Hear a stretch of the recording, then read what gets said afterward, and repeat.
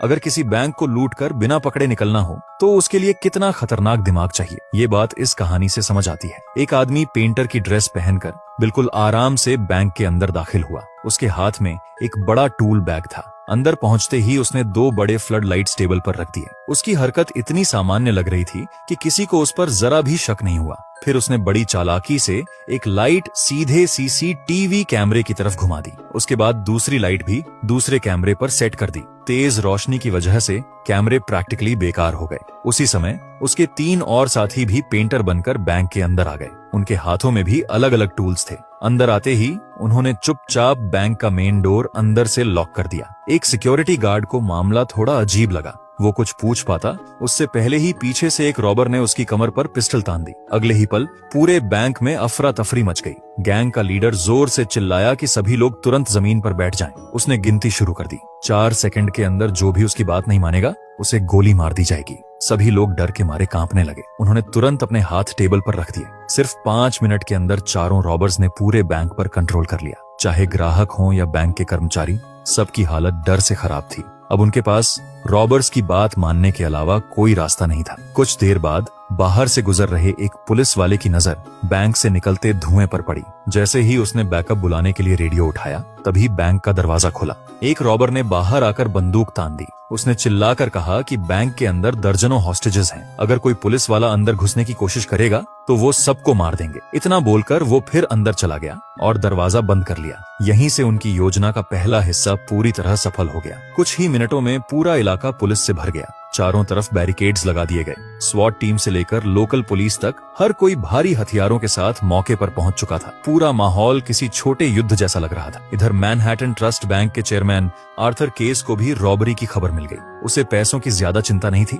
लेकिन जिस ब्रांच में रॉबरी हुई थी वो उसके लिए बेहद खास थी। उधर फेमस डिटेक्टिव अपनी टीम के साथ मौके पर पहुंच गया। उस वक्त पुलिस को बैंक के अंदर की कोई सही जानकारी नहीं थी। कितने रॉबर्स हैं, कितने हॉस्टेजेस हैं, किसी को कुछ नहीं पता था। इसीलिए पुलिस ने पूरे इलाके को सील कर दिया और रॉबर्स के कांटेक्ट करने का इंतजार करने लगी, क्योंकि आमतौर पर बैंक रॉबर्स भागने के लिए पुलिस से डील जरूर करते हैं। इसी बीच बैंक के अंदर रॉबर्स ने सभी होस्टेजेस को वॉल्ट के सामने इकट्ठा कर ली। बैंक स्टाफ को अलग खड़ा किया गया और कस्टमर्स को अलग। इसके बाद सभी के मोबाइल फोन्स जमा करवाए गए। तभी आखिरी आदमी पीटर ने कहा कि वो आज अपना फोन घर पर भूल आया है। लेकिन इतनी घटिया झूठी बात पर रॉबर्स कैसे भरोसा करते।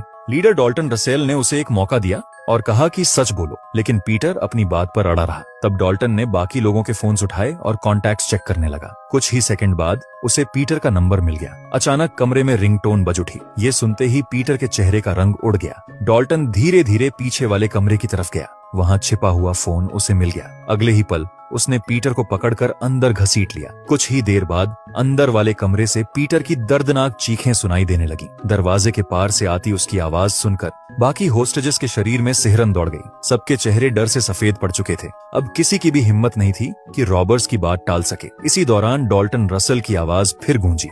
उसने पुरुषों को एक तरफ और महिलाओं को दूसरी तरफ खड़ा होने का आदेश दिया। फिर बोला कि सभी लोग अपने कपड़े उतार दें। ये सुनते ही महिलाओं के चेहरे उतर गए। सबको लगा अब शायद रॉबर्स उनकी इज्जत लूटने वाले हैं, लेकिन अगले ही पल मामला कुछ और निकला। रॉबर्स अपने साथ बड़े टूल बॉक्सेस लाए थे। उन बक्सों में हथियार नहीं बल्कि एक जैसे जंपसूट्स, मास्क और ग्लव्स भरे हुए थे। उन्होंने सभी हॉस्टेजेस को वही कपड़े पहनने पर मजबूर कर दिया। अब रॉबर और हॉस्टेज में फर्क करना लगभग नामुमकिन हो चुका था। हर कोई एक जैसा दिख रहा था। उसी दौरान एक बुजुर्ग आदमी को अचानक हार्ट अटैक आ गया। उसका चेहरा सफेद पड़ गया और शरीर कांपने लगा। सबको लगा रॉबर्स उसे मरने के लिए छोड़ देंगे, लेकिन हैरानी की बात यह थी कि डॉल्टन ने तुरंत उसे बाहर भेज दिया। पुलिस ने उस बुजुर्ग को तुरंत पकड़ लिया।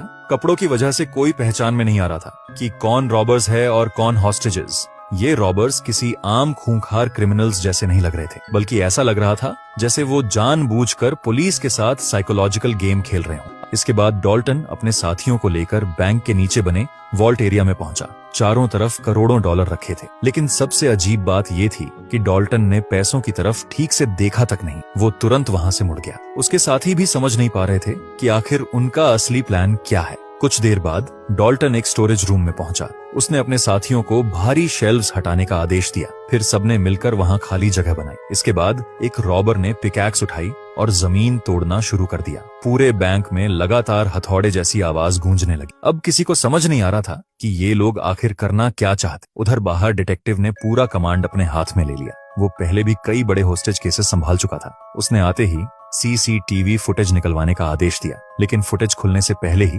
सारे कैमरों ब्लैक हो गए। पूरी स्क्रीन अंधेरी पड़ गई। तभी एक ऑफिसर बोला कि शायद रॉबर्स ने इंफ्रारेड बल्ब्स इस्तेमाल किए हैं। इंसान की आंखें उन्हें नहीं देख सकती, लेकिन सीसीटीवी कैमरा उनकी रोशनी पकड़ लेते हैं। इसी वजह से कैमरास प्रैक्टिकली ब्लाइंड हो जाते हैं। पुलिस अभी कुछ समझ ही रही थी कि तभी रॉबर्स ने एक और हॉस्टेज को बाहर भेज दिया। उस आदमी का मुंह टेप से बंद था और उसके सीने पर एक बड़ा भारी बॉक्स बंधा हुआ था। डिटेक्टिव को लगा कि शायद ये बम है। बम स्क्वाड तुरंत मौके पर पहुंची और बॉक्स को सावधानी से खोला गया, लेकिन अंदर कोई बॉम्ब नहीं था। उसमें सिर्फ डॉल्टन रसल की हैंड रिटन लेटर रखी थी। लेटर में लिखा था कि रात 9 बजे तक उनके लिए फ्यूल से भरा प्लेन और गाड़ियां तैयार की जाएं, वरना सभी हॉस्टेजेस को मार दिया जाएगा। डिटेक्टिव लेटर पढ़ते हुए हल्का सा मुस्कुराया। उसे यकीन था कि ये लोग सिर्फ भागने के लिए इतना बड़ा खेल नहीं खेल रहे। उनका असली मकसद कुछ और है। कुछ देर बाद बैंक का दरवाजा फिर खुला। इस बार रॉबर्स एक मास्क्ड हॉस्टेज को बाहर लेकर आए। उस आदमी के हाथ में एक लेटर था जिस पर लिखा था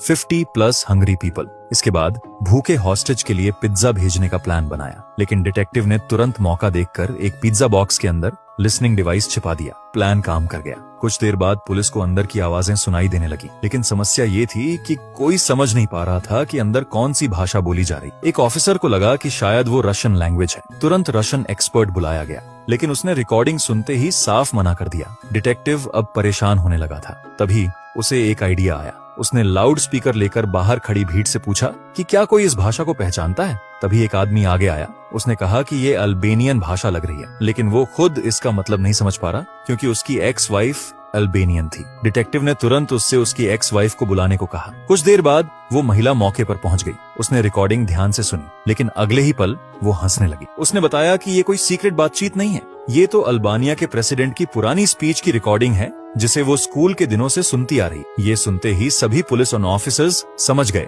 कि डॉल्टन रसेल शुरुआत से ही सबको बेवकूफ बना रहा था। उधर बैंक के अंदर भी माहौल बिगड़ने लगा था। एक हॉस्टेज अचानक गुस्से में अपना मास्क उतारकर चिल्लाने लगा। उसका कहना था कि सभी हॉस्टेजेस और रॉबर्स को एक जैसे कपड़े पहनाए गए हैं। अगर पुलिस अचानक हमला कर देगी तो असली रॉबर और हॉस्टेज में फर्क कैसे करेगी। वो आदमी बाकी लोगों को भी भड़काने लगा। उसने कहा कि अगर सब मिलकर हमला करें तो शायद बच निकले, लेकिन उसकी बात पूरी भी नहीं हुई थी कि तभी डॉल्टन रसल अपने साथियों के साथ कमरे में घुस आया। उसने तुरंत उस आदमी का कॉलर पकड़ा और घसीटते हुए उसे स्टोरेज रूम में ले गया। अगले ही पल कमरे के अंदर से उसकी दर्दनाक चीखें सुनाई देने लगी। अब किसी होस्टेज की हिम्मत नहीं थी कि दोबारा आवाज उठाए। डॉल्टन समझ चुका था कि डर बनाए रखना जरूरी है, इसीलिए उसने हॉस्टेजेस को बार बार अलग अलग कमरों में शिफ्ट करना शुरू कर दिया। सबसे खतरनाक बात ये थी कि उसकी एक फीमेल साथी खुद हॉस्टेज बनकर भीड़ में घुल मिल गई। अब हालत ऐसी हो चुकी थी कि किसी को नहीं पता था कि उसके बगल में बैठा इंसान रॉबर है या हॉस्टेज। पूरा बैंक शक और डर के माहौल में बदल चुका था। इसी बीच स्टोरेज रूम में रॉबर्स लगातार जमीन तोड़ते रहे। उन्होंने वहां एक छिपी हुई जगह तैयार करनी शुरू कर दी थी। ऐसा लग रहा था जैसे